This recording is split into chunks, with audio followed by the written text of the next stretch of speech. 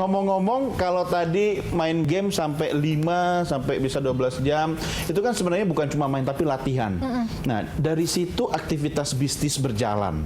Ya kan? Semakin sering berlatih, semakin membuka peluang untuk menang. Ya. Nah, yang dikejar itu apa sih dalam game? Hadiah atau reward atau apa yang bentuknya bisa cash mungkin atau apa? Lebih ke achievement sih. Kalau cash itu cuma bonus. Bonus. Tapi Karena itu kita cashnya itu bisa diuangkan atau gimana? Bisa. Oh, bisa Tergantung ya? IO-nya bikin eventnya, turnamennya kayak apa, mau hadiahnya berapa.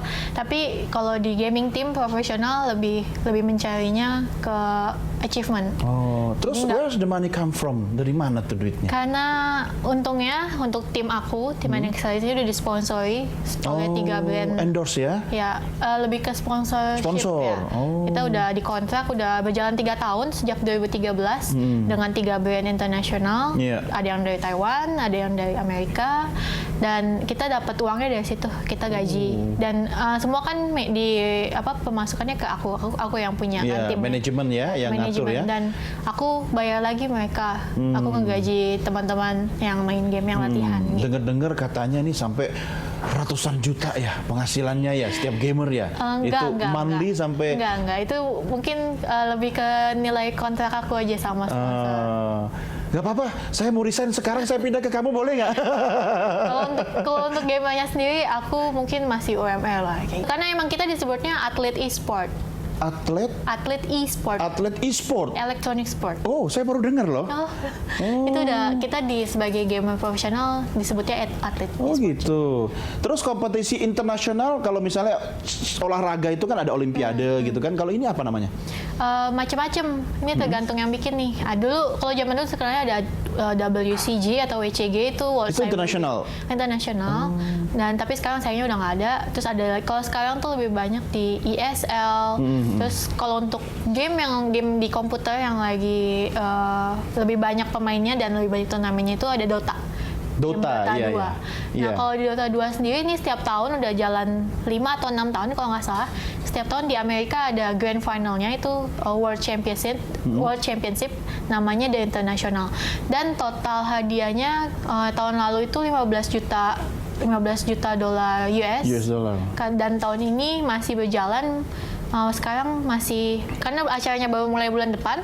Sekarang masih di angka 18 juta dolar. Jadi tuh hadiahnya tuh semakin banyak bertumbuh terus ya, ya naik semakin terus banyak ya? yang beli satu item dalam game itu bakal nambah. Makin nambah. Dan sekarang udah sampai di angka 18 juta dolar US. That's why ya. Gimana? Kalau menang itu bisa dapat kalau nggak salah 10 juta dolar. 10 juta US dollar. Wow. Yang juara satu ya.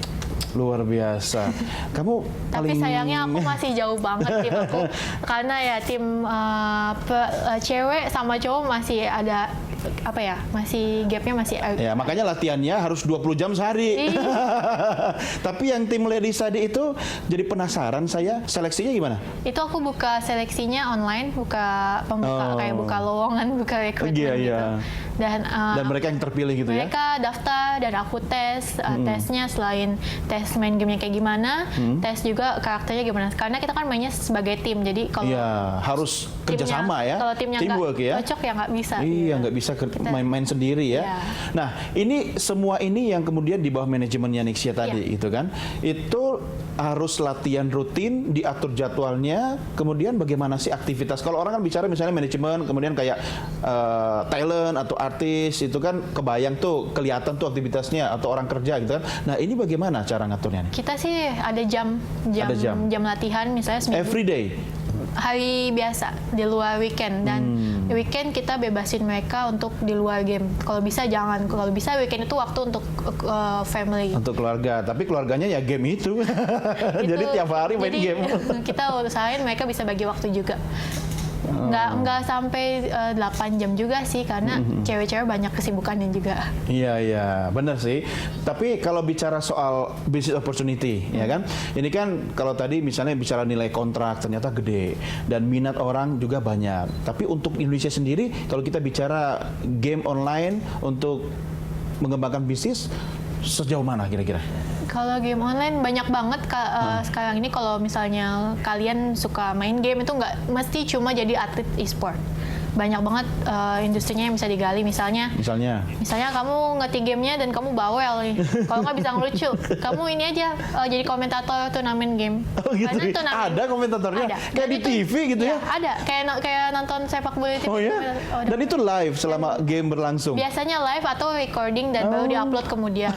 Dan itu penghasilan juga gitu. Dan yang buat acaranya pasti bayar. Terus mungkin kalau misalnya mau sambil latihan, kita streaming aja sendiri dulu di channel kita. Terus kalau misalnya bisa ngelucu ya kamu main game, bikin video, rekam pakai webcam, dan kalau dan dia tampil gitu ya, kelihatan? Tampil, ada webcamnya, ada gamenya. Jadi kalau misalnya bisa ngelucu kan jadi menghibur orang buat nonton. Itu menghibur buat kamu Nixia, tapi bahaya buat saya. Makin banyak yang jadi presenter nanti ya.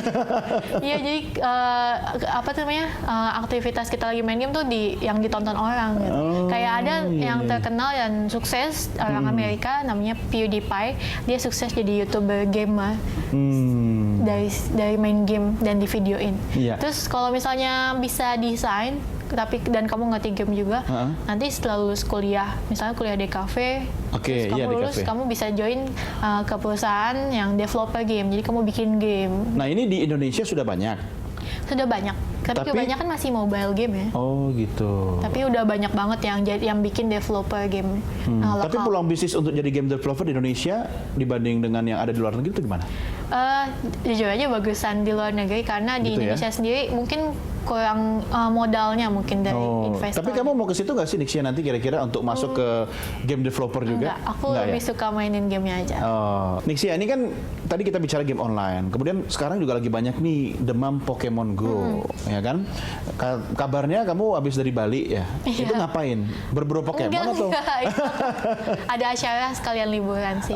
Tapi kamu lihat gimana sih dengan Pokemon Go yang sekarang lagi memabah di mana-mana ini? Gimana ya, bagus sih. Jadi semua orang bisa main gamenya lebih jelas gitu, maksudnya di mana aja. Tapi ada nggak bagusnya juga. Jadi nggak aware sama lingkungan sekitar. Nah itu dia. Dan ada yang katanya di tol mesti berhenti mobilnya karena dia demi dapetin Pokemonnya. Terus nextnya mau gimana nih? Setelah ada manajemen, kemudian punya tim, sudah melakukan aktivitas entrepreneur gitu kan? Langkah berikutnya Nixia mau ngapain?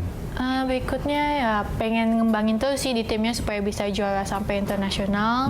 Dan juga kalau untuk Nixia mungkin membesarkan website blog Nixia di nixiagamer.com. Apa tuh alamatnya?